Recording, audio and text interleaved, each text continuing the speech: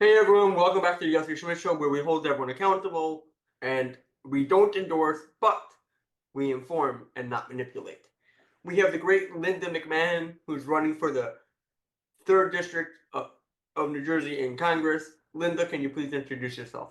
Hi, I'm Linda McMahon. I'm from West Hampton, New Jersey, and yes, I'm running for 3rd Districts for House of Representatives in 2026. What inspired you to run? Why did you decide to actually step up? And There's several reasons I decided to step up.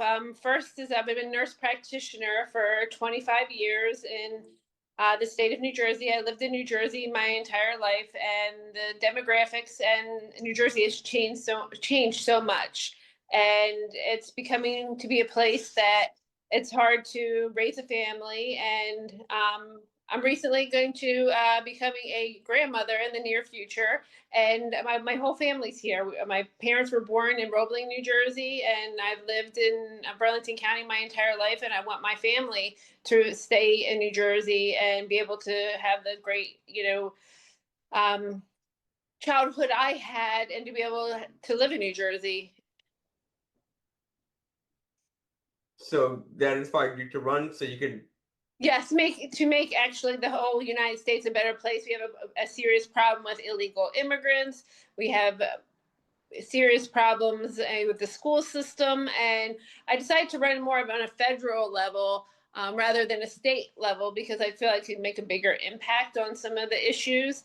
So that's part of the reasons. And one of the other main reasons that I ran is because I'm a nurse practitioner.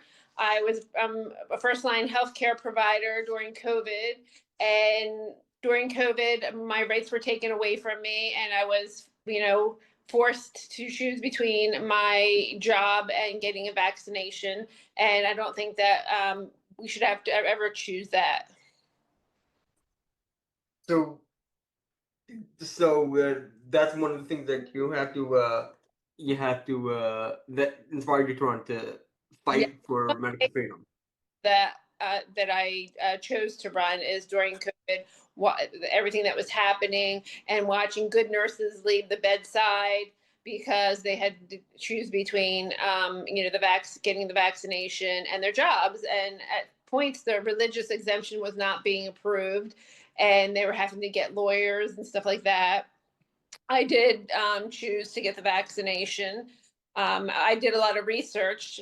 Really did not want to get the vaccination, but after research, chose to get the vaccination. And I suffered a vaccine injury, and that I did not want to get further vaccinations, and then it became a fight because of that. And I don't believe anybody should be mandated to have any vaccines. I think it's should be, your choice. And as far as parents, it should be a parental choice of whether they choose which vaccination, the timing they want their children to be vaccinated.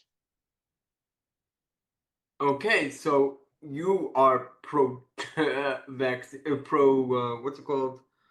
I'm not. Personal choice, I'm not. personal choice when it comes to vaccine. I'm not anti-vaccine at all.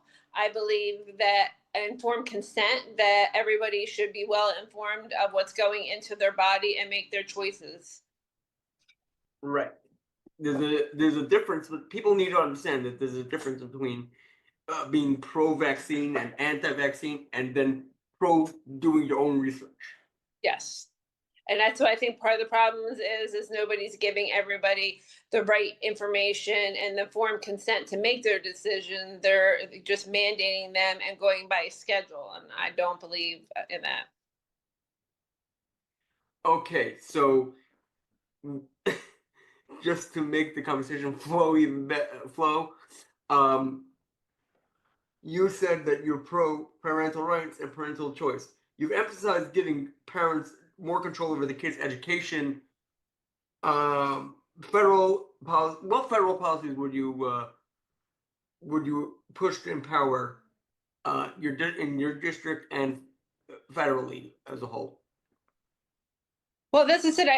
I believe that I don't have any particular policy, but I believe that it should be with the Department of Education, especially is taken over by the states now, that parents should be signing consents and knowing exactly what's going on in the school system.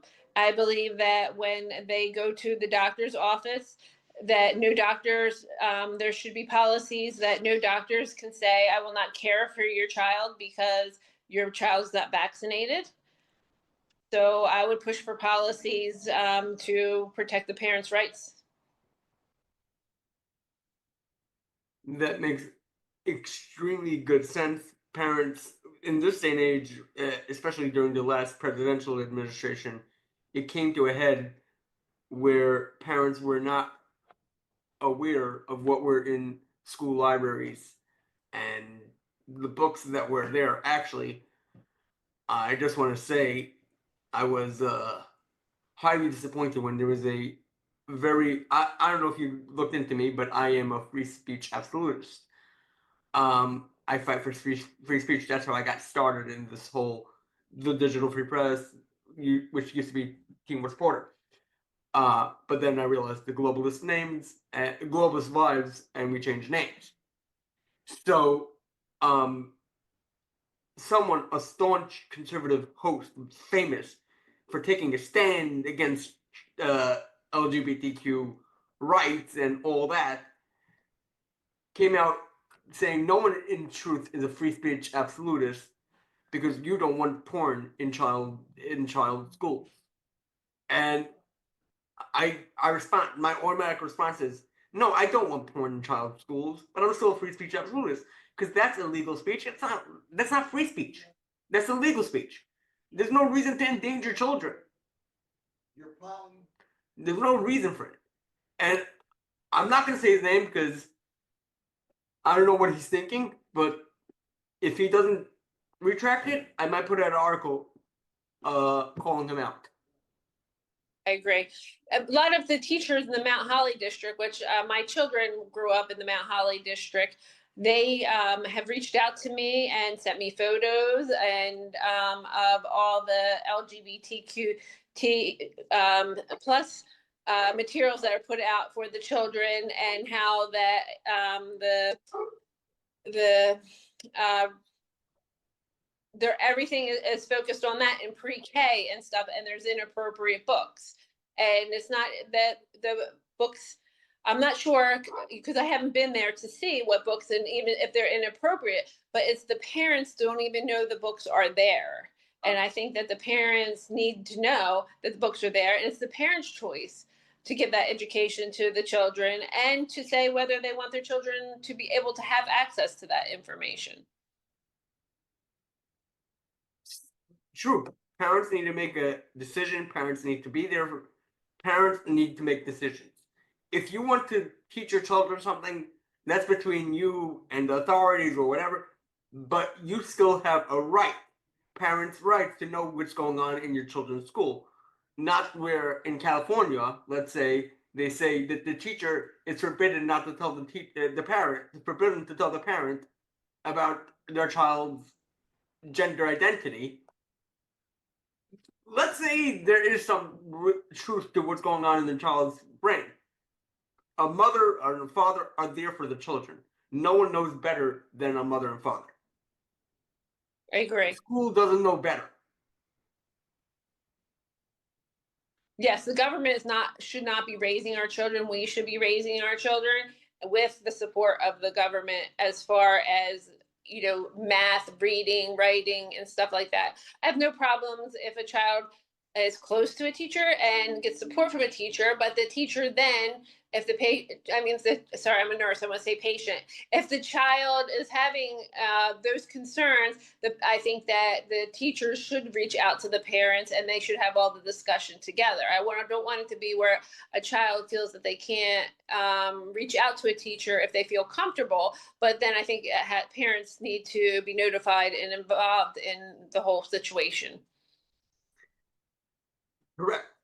But you've called for government transparency. What reforms, if this flows, what reforms would you propose to make Congress more accountable in your district and in towns like Medford? Well, The reforms would be it's like a bill for parental rights, and that they have so much time to notify when a child has an issue, or if there's an issue at the school, that they have so much, so many days to notify the parents that a situation is happening, and that and to make it illegal, and hold the school and the teachers accountable for withholding information from parents. So you would have a bill to hold the teachers accountable for withholding information. Yes, and giving them a time period to inform parents of what's going on with the child. And what would this accountability look like? Do you have uh, a plan, or you just run to make sure that they're held accountable? I don't have any particular plan, but just like our police officers are held accountable, if teachers are not telling the truth and or withholding information, I think that they should be held accountable just like police officers, and put on a leave and until an investigation is comes about. I hear. And what would you do to lower taxes and supporting end of payroll taxes? So, so as in my position that I'm running for, it's more of a federal level. So I do support even though it's controversial, the tariffs that's going on in the country. I support Made in America products, and by increasing, also doing our own energy, I think that especially in places like New Jersey, where we have untapped nuclear resources, that we can make our own money through those processes, and we can probably do away with not property tax, like income tax. And also, I am for getting rid of taxes, homeowners taxes on senior citizens, because there's a lot of them that cannot afford even to stay in their homes anymore. And especially like my generation, we're trying to help our parents stay in their homes, but also have children who are trying to get them out of our homes and to be able to afford. So I think New Jersey can use its own resources, as well as the whole country, to do away with those taxes. So I support ending, property taxes for seniors. I support ending income tax. That makes very much sense. Um, from what I've done research, is you come from a hunting family, Yes, yes. so you strongly back the Second Amendment. Yeah. How would you protect gun rights for America? So I would vote on any bills that would. I'm against red flag laws. I'm also would definitely support. I believe it's HR 38 for concealed carry across the states. I think it's very confusing that that people, you drive from one state to the other and the rules are different, and just by simply crossing from Pennsylvania into New Jersey, you can get arrested and thrown in jail because one state is different from the other. And you may drive into another state and not know the exact laws, and you can get yourself into a lot of trouble. So I think that we need standard across the board laws for everybody who's carrying concealed carrying a weapon. And also, I also would really, really like to see, especially in New Jersey, is that we cap fees on gun owners, because they keep on raising and raising and the rates and the permit fees and all that. So the minorities cannot afford to be gun owners. And I think that is a total discrimination and unfair. So that's one of the things I would look to do is, cap those fees. Makes a lot of sense. As you can see behind me, we're talking about hunting. I started hunting with my family, probably with my father and my uncles, when I was like 8 years old. And then when I got to be a teenager, I was told girls don't do that. And my mom kind of put a stop to it. And then as an adult, when I had my children, I have sons, and I got involved in hunting and fishing with them, and we were all avid hunters and fishermen, and enjoy that. And these are actually two deer that I had harvested last year. Right here. Okay. What is your final message to your district and to voters in New Jersey? Well, my final message is I want New Jersey to lead the way. New Jersey is such a wonderful state. We have great history, great foundations, and great resources. And I think that if we get the right people in office, that we can lead the way in guiding our nation to be a better place. We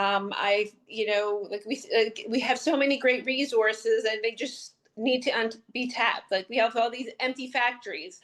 We can use them for, to fill them with manufacturing jobs, to fill them possibly with schools, like trade schools. And again, I said about using the nuclear energy. That would be another great resource New Jersey has. And also, I would love to see New Jersey turn back more to the garden state. I'm a homesteader. I have chickens. And I would love to see everybody in New Jersey to have the ability to do what I do, and just go out in my yard to get eggs and have have my own food and stuff. And I think that New Jersey needs to lead the way. Okay, thank you so much for coming on the Yossi Schmidt Show, where we hold everyone accountable and don't endorse any candidates. We believe firmly in informing and not manipulating. And we wish you nothing but good luck in your election. And I will definitely be paying attention to your campaign. Thank you. Thank you very much. And I appreciate your time.